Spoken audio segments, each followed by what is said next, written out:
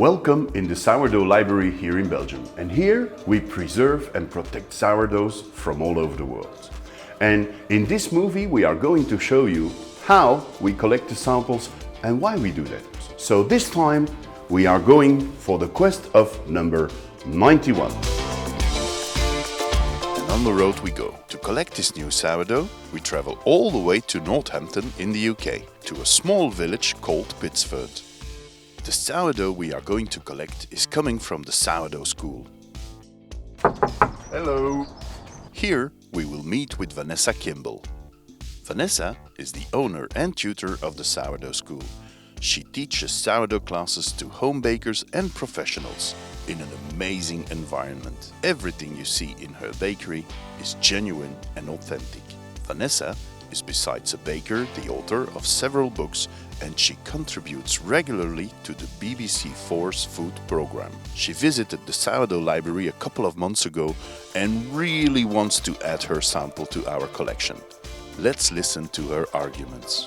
I have a theory, Carl, and I believe that when we look and analyse the sourdough lactic acid bacteria in my pot, that they will correlate with the same bacteria that we find in the gut microbiome of the baker that refreshes the sourdough regularly. So I'm going to be having my own gut microbiome tested, and we're going to find out what's inside me. You are going to take my pot away and find out what's inside the pot, and I am really looking forward to seeing what the synergy is between those two. And I've looked into this and I've never really found any information that's given me what I want to know. And I know that Marco Gabetti was doing some studies on soil, and he showed that the lactic acid bacteria in the soil had made it up through the plant and then into the sourdough starter. So for me, this is a full picture from soil to the sourdough starter pot and then into the gut microbiome of the baker. And one of my plans at some point is to go out to the field where that flower grows and take some of the soil and have the soil analysed, so I've got the three things to compare: the soil, the starter and my own gut microbiome. So that's why I wanted my sourdough starter to be analysed to find out what's in it, really. Well, we are glad to help.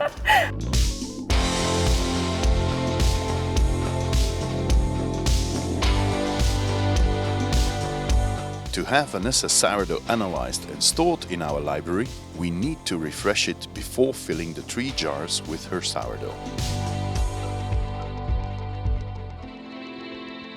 We place the jars in a special box that keeps the sourdough chilled for about 96 hours. We also need the original flour Vanessa is using to feed her sourdough, so we can continue to refresh her sample every 2 months in the library to keep it alive. When the box is carefully closed and after giving Vanessa a big hug, we are ready to go back to the Sourdough Library in Belgium. Now that we are back in our Center for Bread flavor, we can finally add Vanessa's sample to our collection. From here, we send 1 jar to Professor Marco Gabetti in Italy, who will isolate, identify and preserve all the microorganisms present in the sourdough. 1 jar is analyzed on pH and acidity in our lab, and the last one is transferred into a glass jar and added to the collection. From now on, sourdough number 91 from the Sourdough School is stored and preserved for the future.